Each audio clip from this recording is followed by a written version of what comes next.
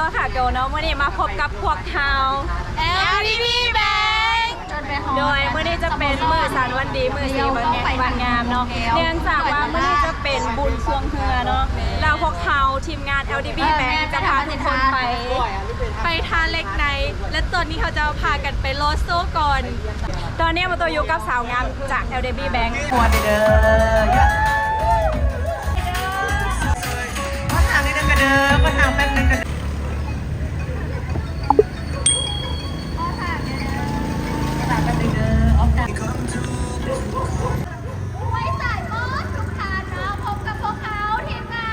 2025ยูทีทาเล็กในพวกเขาเนาะ LDB Bank พวกเขาได้มีโปรโมชั่นสุดพิเศษเนาะพวกเขาสามารถเปิดบัญชีใดสีสกุลเงินเนาะพวกมันจะเป็นกีบบาท ดอลลาร์หยวนยังบทันมีบัญชีได้หรือว่ายังบทันมีบัญชีกับ LDB การสามารถนำบัตรประจำตัวพาสปอร์ตหรือว่าสมุดปัวยางเข้าไปในบูธ LDB Bank พวกเขาเพียงแต่เท่านี้การมีบัญชีและนำใส่ LDB ทัดได้แล้วเนาะ LDB Bank ที่ว่าธนาคารพัฒนาพวกเขาเนาะได้มีเครื่องเจ๊ทองแทมเนาะพร้อมทั้งจะมาฟรีค่าธรรมเนียมทุกๆอย่างในการจะเปิดบัญชีบัตร ATM และนำใส่ LDB ทัดได้ทันอยู่ที่ทาเล็กในเมืองห้วยใส่แค่บอกเดียว QR ทัชเพย์หรือว่า QR วันนี้มาโลโชว์เดี๋ยวทุกคนมา LDB Bank ทีมซึ่งจะมี2คันรถไปนำกันเนาะทั้งหลังก็จะมีเขาเอิ้นมาอย่างพิธีกรน่ะโอเคจะมีพิธีกร4 คนเลย แล้วก็จะมีนี่ทีมงานเขาดูจะมีสบายดีจัดหนักจัดเต็มเนาะโปรโมชั่นดีสุดเนี่ยทุกคนเนาะเนื่องจากว่ามื้ออื่นจะเป็นบุญสวงเฮือแล้วก็เขาจะไปต่างบูธอยู่หันแล้วก็เขาจะมาโลดโซ่เนื่องจากว่าให้พ่อแม่ประชาชนแถวนี้เนาะผู้ในการกะเกียมเอกสารเพื่อจะไปเปิดบัญชีในงานของมื้ออื่นเนาะซึ่งเอกสารที่ประกอบก็บ่ได้ยากอย่างหลายเนาะมีแต่สมนุครัวก๊อปปี้ก็ได้หรือว่าบัตรประจำตัวก๊อปปี้ก็ได้หรือพาสปอร์ตก๊อปปี้ก็ได้คือกันเนาะตามที่อ้ายกับเพื่อนเพิ่นเว้าเลยไปเอาโปรเด็ดๆโปรโมชั่นดีๆเปิดบัญชีฟรีค่าธรรมเนียมแล้วยังบ่พอเนาะเดี๋ยวบังเอิญเราจะพาทุกคนไปเบิ่งบรรยากาศของบุญสวงเฮือฝั่งลาวเนาะซึ่งจะอยู่แขวงบ่อแก้วเมืองห้วยทรายฝั่งตรงข้ามกับเชียงของมาจากวัดเชียงรายนั่นเองทุกคนซึ่งมื้อนี้มากับเนี่ย LDB Bank LDB ทีมมันคล้ายๆคือว่ามันต้องบ่ค่อยถ่ายคอนเทนต์แบบนี้เนาะก็เลยว่าหูสึกตุกติกหน่อยนึงแล้วก็หูสึกว่าบ่หูจะเว้าแบบใครทุกคนให้อภัยเดี๋ยวจะเป็นครั้งแรกในการเฮ็ดคอนเทนต์แบบนี้เนาะซึ่งผ่านมาก็จะถ่ายแบบวิถีชีวิตเนาะต่อไปนี่นะทุกคนจะได้เห็นมือตัวถ่ายเกี่ยวกับ LDB Bank หลายคนเป็นอะไรเราขอฝากติดตามเด้อ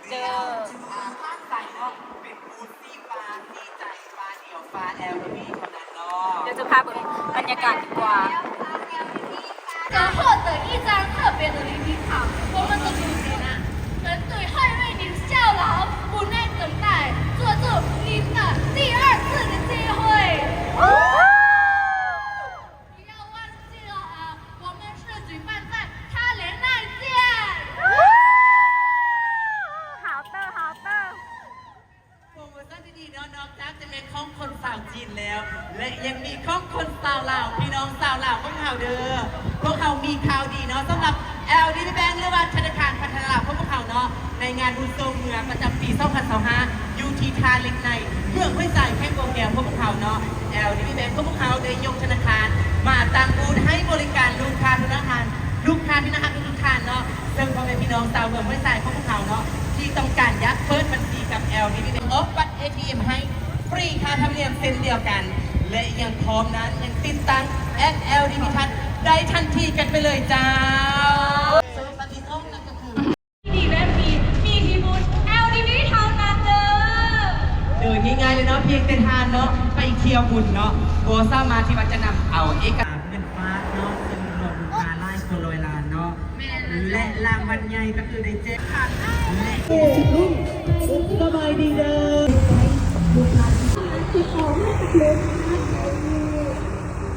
เรียน เท่านี้ทางก็มีสิทธิ์ลุ้นทำเป็นล้านเดือนละ1 ล้านกีบจำนวน10 รางวัล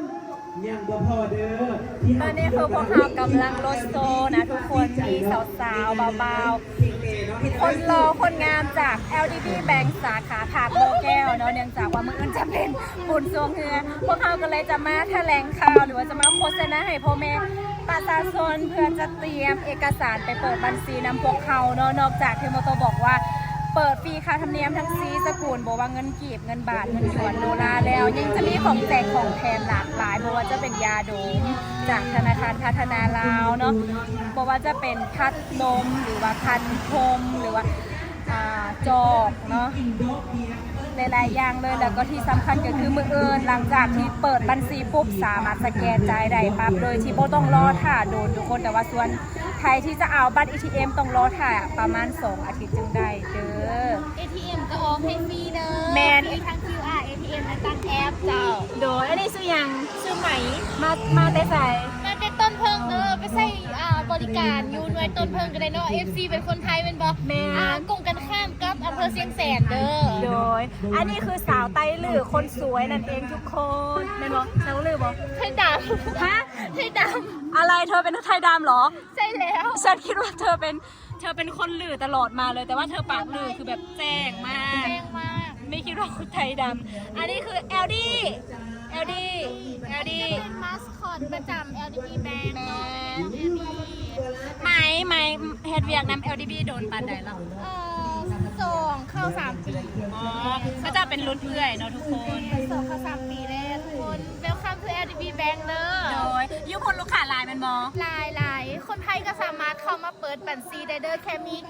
work permit หรือว่ามี stay permit ก็สามารถเปิดได้แล้ว พาสปอร์ตต้องมีบอ แม่ต้องมีพาสปอร์ตนำเพื่อยังยืนตัวตนเนาะลูกค้า โดยแล้วอันสาวหมายบอกเลยยูหอยทรายหรือว่ายูต้นเพิงเนี่ยลูกค้าที่เป็นคนไทยก็มีแมันบอ แมนมีเจ้า ส่วนรายเขามาเฮ็ดธุรกิจ โดย ทานอาหารจำนวนหลายเนาะ แมนสามารถนำใส่ QR LDB Bank เพื่อโฮมฮับการสแกนจากต่างประเทศได้นำเด้อ แมนบอกว่าจะเป็นประเทศ จีน ไทย กัมพูเชียหรือว่าเวียดนามเนาะเพราะว่า QR ของเขาตัวนี้จะเป็นเมอร์แชนรุ่นใหม่เลย โดยโอเคเนาะคนจีนกับลายแมันบอยูหัน แม่ นะ คนจีนหลายเนาะสามารถนำเอาแอปของเขาหรือว่าบัตร ATM ของเขาไปผูกกับจื้อปุ๊กเปาหรือว่าอาลีเพย์เพื่อชำระได้เด้อ โอเคความหูขึ้นแน่นนอนแน่นก่อนมาตัวเลยมาตัวยังไม่ได้หูยังต้องถาม กันตั้นเอาเลยเด้อ บังเอิญท่านถ้าใครอยากเจอสาวหมายต้องมาหาอยู่ที่ มาหาอยู่ที่บูธ LDB Bank คาเล็กในเนาะมือเขาจะอยู่กันหมดมือเลย แม่จากจักโมงหาจักโมง เริ่มต้นเป็น7 โมงถึง6 โมงแรงเนาะหรือว่าอาจจะอยู่ยาวก่อนทันก็ได้ เพราะว่า อาจจะมีกินเบียร์ ตามสเต็ปโอเคดีอยู่ตามสเต็ปของคนลาวเนาะหลังจากที่เฮ็ดบูนเฮ็ดงานไปอย่างแล้วเฮ็ดอย่างสำเร็จเขาก็ต้องมีต่อโอเคทุกคนเมื่อนี้ก็ผมรู้สึกว่า enjoy เนาะโมโตยังบ่เคยถ่ายคอนเทนต์เกี่ยวกับแบงค์จะเถื่อเมื่อนี้จะเป็นมือแรงแล้วก็ทุกคนยังบ่ฮู้ว่าโมโตเฮ็ดเวียกนำแบงค์เราเนาะตอนนี้คือโมโตอยู่ LDB Bank ทุกคนเซิร์นพี่น้องทางฝั่งไทยสามารถมาใส่บริการได้เนาะแล้วก็พูดนี่คือสูง LD ของพวกเราคือสูงมากทุกคนจำบึก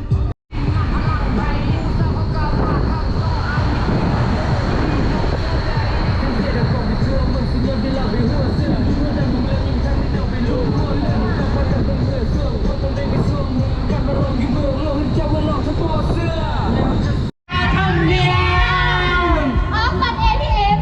ฟรีค่าธรรมเนียมเดียวกันและนอกจากนี้นะพวกเขายังมีคอนเสิร์ตของแทบนี้หลากหลายอย่างมาให้ทานเนาะก็ปุ๊บหักปักคอนเสิร์ตก็ว่าจะเป็นยาโดเกียเย็นๆเนาะและมีทั้งน้ำโกนอีกเด้อหา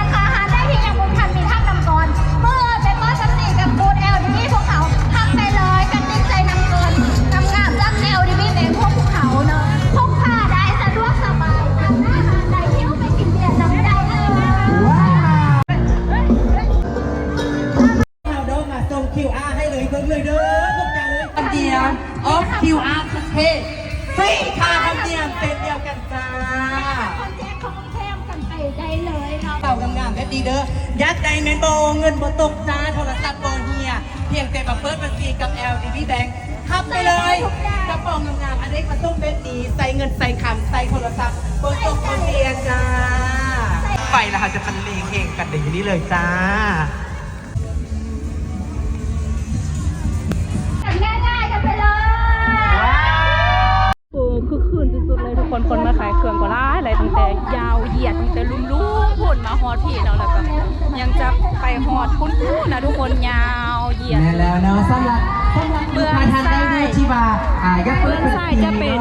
เสื้อผ้าเนาะเบื้องขวาจะเป็นอาหารเครื่องดื่ม พาสปอร์ต ไปน้อยนึงญี่ปุ่นจะเป็นแคมป์น้ำของ อย่างห เนาะ นึ่งจะเป็นโต๊ะกอบปี โอเคทุกคนตอนนี้คือพอเขามาฮอตบูธเป็นทีเรียบร้อยแล้วก็จะพักไว้อยู่นี่แล้วก็มืออื่นเฮาจังมาต่อเจอกันใหม่มืออื่นบุญสงเฮือเด้อ